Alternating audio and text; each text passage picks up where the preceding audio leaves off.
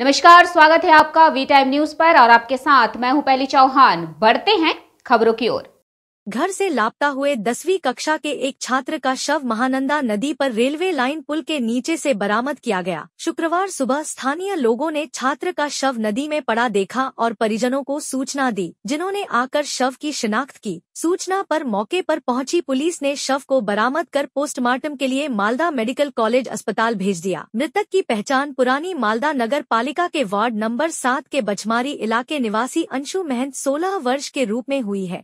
परिजनों के मुताबिक वह कल दोपहर टहलने जाने के बहाने साइकिल से निकला था और रात होने के बाद भी घर नहीं लौटा, जिसके बाद परिजनों ने खोजबीन शुरू की और आखिरकार मालदा थाने में गुमशुदगी की शिकायत दर्ज कराई।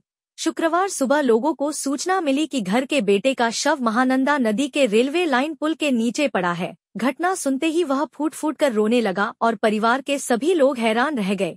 हालांकि शरीर पर चोट के कोई निशान नहीं थे। पुलिस घटना की जांच कर रही है और परिवार ने कहा कि लड़का मानसिक रूप से अस्थिर था। কালকে বিকালবেলা ঘুরতে বেরিয়েছিল সাইকেল নিয়ে, পার্কে যাওয়ার নাম দিয়ে। কালকে গেছে আর আসেনি। বাড়ির লোক ভেবেছে 8টা 9টার দিকে ঘুরে ঘুরে চলে আসবে। রাতে 10টা 11টা বেজে গেছে, তাও আসেনি। আজকে কি জানতে পারলেন? আজকে সকালে জানতে পারলাম যে নদীর ধারে পড়ে আছে। কি অবস্থায়?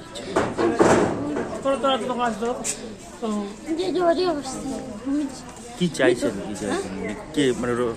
কিছু কি মনে করছেন এটাকে? এখন আমাদের বাড়ির দাদা বাবারা কি করবে এখন? ওরা কিছু কোনো ঘটনায় ঘুরতে গিয়েছিল, ঘুরতে গিয়ে কাল থেকে কোনো রকম পুরো পাওয়া যায়নি। যেমন 8টা 9টা 10টা, কারণ প্রাইভেট থেকে 9টা 9:30 সময় আসে। হ্যাঁ, চলে আসবে আস্তে আস্তে। আর যখন ওর বাবা আসলো কী খবর এরকম করতে করতে তখন খুঁজাখুঁজি আরম্ভ হলো। খুঁজাখুঁজি সব জায়গায় খুঁজাখুঁজি হলো, কোথাও কোনো হদিস পাওয়া গেল না। পাওয়ার থেকে আজকে সকাল মানে ইংরেজ বাজারও পর্যন্ত কল করা হয়েছে, এখানে কল করা হয়েছে। তারপরে সকালবেলা আমি ভোরবেলায় উঠে আমি ওলমাল্লার দিকে গেলাম, যাই ঘুরে আসলাম। আসলে বাড়িতে বসেছি, তখনই একটা ফোন আসলো একজনের কাছে, যেরকম একটা ছেলে এখানে পড়ে আছে, চেনা যায় না। কি মনে করছেন কিভাবে হয়ে থাকতে পারে? এটা কি বলবো, এখন কোনো রকম কিছু আমি বলতে পারছি না। এখন তো ওর বন্ধু বান্ধব যে কে সেও জানি না, ওর যে কিভাবে কি সেও জানি না, কারণ ওই জায়গায় একাই এখন কি করবো?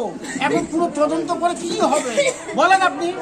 আমার ছেলেটাকে ঘুরে আসবে, এটা হবে সান্ত্বনা প্রাইজ।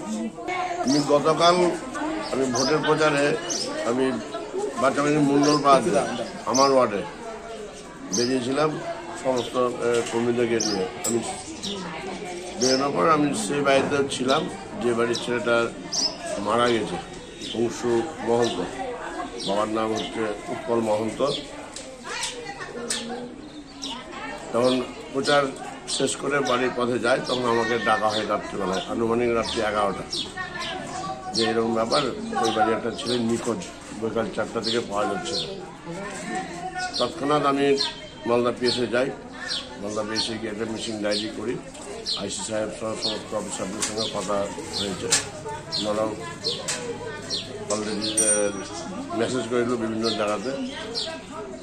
আজকে কি সকালে খবর পাই, ঘুমন্ত অবস্থায় আমাকে ফোন করে আমার এই পাড়া থেকে খবর পাই যে সে মারা গেছে। ছেলেটি নদীতে ঝাঁপ দিয়েছে রেল লাইনের ধার থেকে। যেটা পরিবারের গল্প, যে সে বাচ্চাটি 4 বছর পর মুখে কথা বলতে শিখেছিল হিন্দি ভাষীতে।